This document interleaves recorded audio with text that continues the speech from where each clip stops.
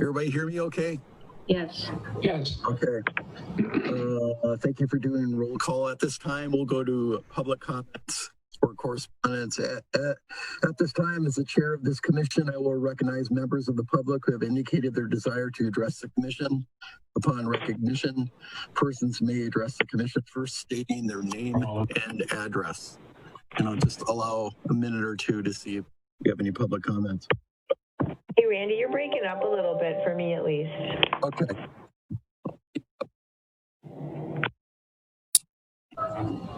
Two and see if we have any public comments and then we'll move on.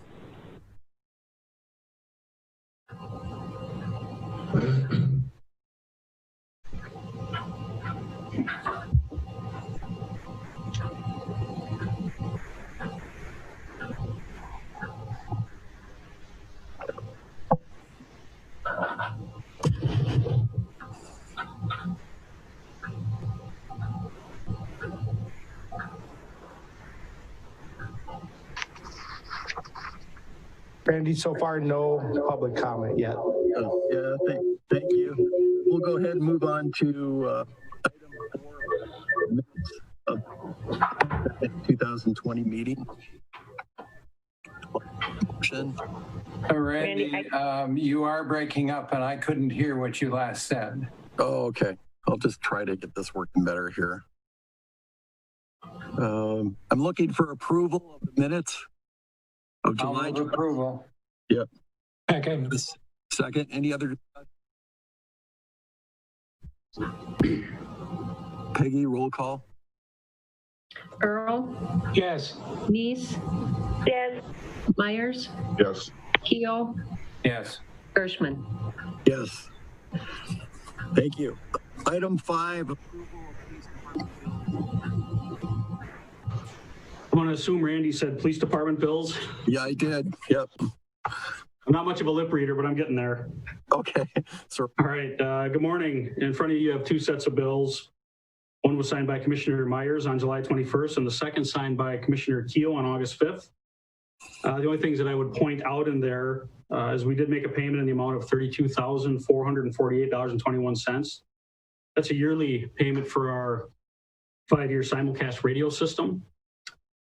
Secondly, we did make a payment in the amount of $4,355 for a ductless fume hood, and that's for our evidence room. And that will actually be reimbursed by a grant that we're going to get, so that'll be covered. Thirdly, there is a bill on there for some gym equipment to upgrade our gym here at the police department in the amount of $3,500.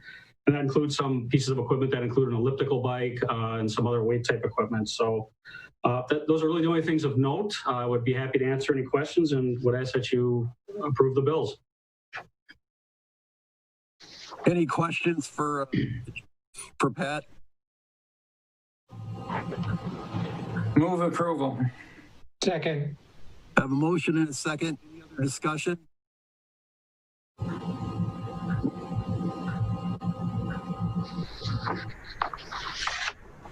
Roll call. Yep. Earl, Yes. Neese, Yes. Myers, Yes. Keo, Yes. Gershman. Yes. Item 6, approval of fire department bills. All right. Much like Pat, I'm assuming it's fire department bills. So good morning, everyone. You have two sets of bills in front of you. One was signed by Commissioner Gershman on July 21st, and the second by Commissioner Meese on August 4th. Just a few things. On 6B, you'll see that there is a payment to APS Firehouse Alerting for just over $5,000. That is the final payment for the new station alerting system. On 6C, there's a payment of $3,500 to Clary's safety equipment. That is for 2 monitors used for hazmat response. Both of those were grant funded, and actually copies of those checks are in the activity packet. So that was actually no cost. And then 6F, you'll see a payment to North Central Ambulance for $141,000, and that is for the remount that was budgeted for ambulance 97. Other than that, I didn't see anything that jumped out as being out of the ordinary. I'd be happy to answer any questions that you may have and ask for your approval.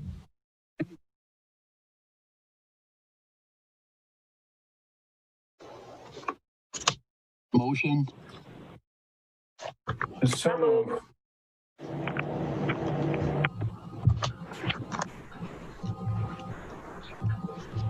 Randy, the rest of us are not hearing you. Okay, we'll I'm trying to make it work. Hold on one second.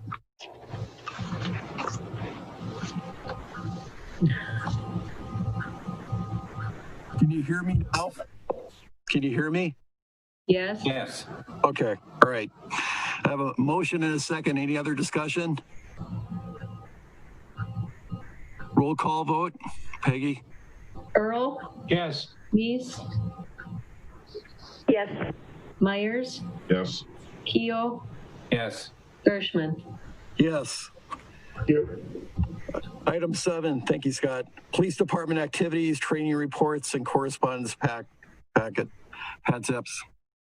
All right, in addition to the plethora of, normal virtual meetings, there was a couple things that stood out. We did have on July 27th, negotiator interviews. We had 4 candidates, and that's to replace a negotiator spot on our special response team. So we're currently in the process of just looking at the 4 candidates, and we'll be making a decision in the near future here. Secondly, on July 29th, we did have lead officer pinning ceremony here at the police department for Officer Chris Berg. So just a congratulations to him on his assignment to lead officer. And that's all I have for that. Any questions for Pat? If not, we'll go ahead and receive and place on file. Thank you. Item 8, police lieutenant discussion. All right, the police lieutenant discussion is something that, as we've learned through the years, what we learned in moving Travis Esser off of the road position, which is a yearly salary, and it's an 84-hour pay period, bi-weekly pay period, into the detective bureau, is that there is somewhat of a significant pay-in depending on when he goes there, and it has to do with going to a hourly salary position. This is somewhat difficult to understand and might be better addressed by finance, but the reason we were opening this up for discussion is we had talked about, because we eventually would like to rotate the lieutenants through the bureau in order to ease that pay-in, which they do end up getting back by the end of the year, so it does even out.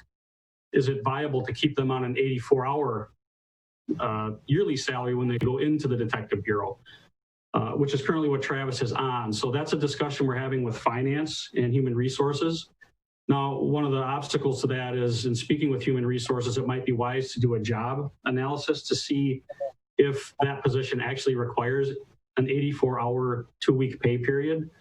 So I just present that it's an ongoing discussion, and hopefully we'll have some updates from finance and HR on the direction that we're going to go with that.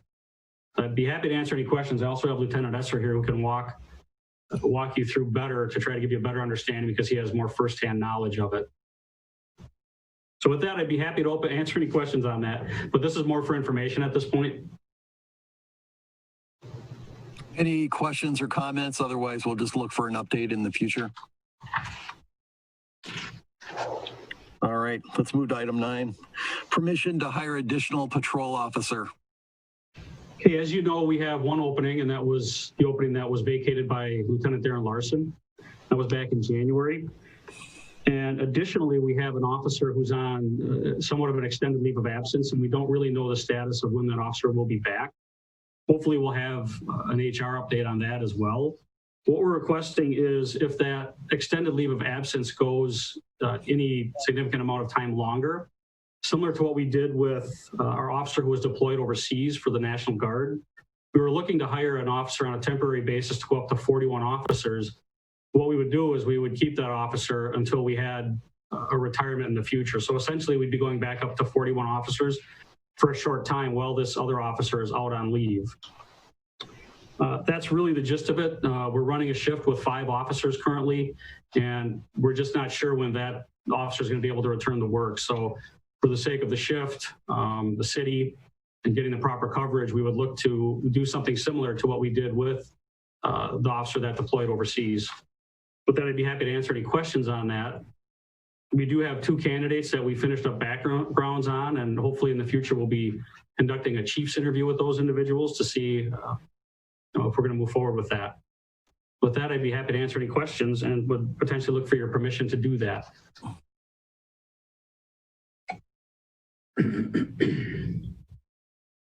Do I have a motion to hire the additional officer, just get discussion started? I would move. Second. Thank you. I have a motion and a second. Any discussion? The only comment I have, Pat, is that seemed to have worked out pretty well last time we did that when the officer was deployed, you know, in anticipation of, you know, possibly a retirement or whatever. It seemed like it did provide good coverage and certainly lessened overtime costs too. Correct. It really did work out nicely for us. And the person you would hire is, you've been up front, they know that it's a position that's depends on what happens in the future. Correct. And I think, I don't know how that was relayed to the position we hired last time, but what my preference would be to not put that position in jeopardy and hold that position until we do have a retirement. And when that retirement happened, that would take us back down to 40 officers, and we would not seek to replace that retirement. So in essence, that individual that we hired, their job would be safe. Thank you. Any other discussion or questions? Let's do a roll call, Peggy. Earl, Yes. Neese, Yes. Myers, Yes. Keo, Yes. Gershman. Yes, thank you. Thank you. Yep. Item 10, Chief Owen. Fire Department activities, training reports, and correspondence. So similar to Pat at the PD, a lot of virtual meetings, mostly revolving around the COVID-19 pandemic. One item to bring forward on 10B, on July 20th, we were invited to Astor to participate in a birthday parade around the block for Francis Nice, who turned 100. We were very honored to be invited and had a good time. Nice. So we were very happy to do that for him. The monthly statistics are in there. A couple of checks are in there as well. As indicated earlier, the hazmat reimbursement grant for those meetings is in there. And other than that, I didn't really see anything stand out. It was kind of a boring month as far as activities, if you will. But other than that, I'll be happy to answer any questions that you accept and place on file. Scott, what are you seeing for volumes on EMS? And welcome back, Steve, by the way, if you are back. Scott, are you seeing more interfacility? Tell us really what you're seeing in the department right now. Yep, we are starting to see our numbers be similar to last year at this time. Overall, I think we're down 43 calls this year, which is really a lot less than what I had thought, just based on sitting here daily and listening to the calls go out. But we are starting to pick back up to normal, including the interfacilities and intercepts. Very good. Yeah.